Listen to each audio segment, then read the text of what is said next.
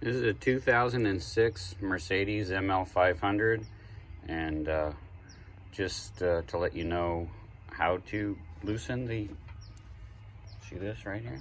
See this wrench? It's a 17mm socket right there on the tensioner. See it come on loose? That's the key to getting it on and off. And do a little drawing of, you know, how it's, or I'm doing a video, but you do a little drawing of how it's all fed in there. And it's really not a big deal, but I was doing it now because the radiator is out, and I figured it'd be a lot easier to do with while the radiator's out.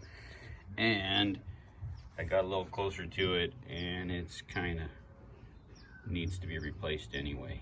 So there you go. That I know it's a short video. I know it doesn't show you how to do the job, but it does show, you know, it doesn't show you all the steps, but it does show you the key information that it takes to put it on and off, and you don't have to go wondering about how to do it.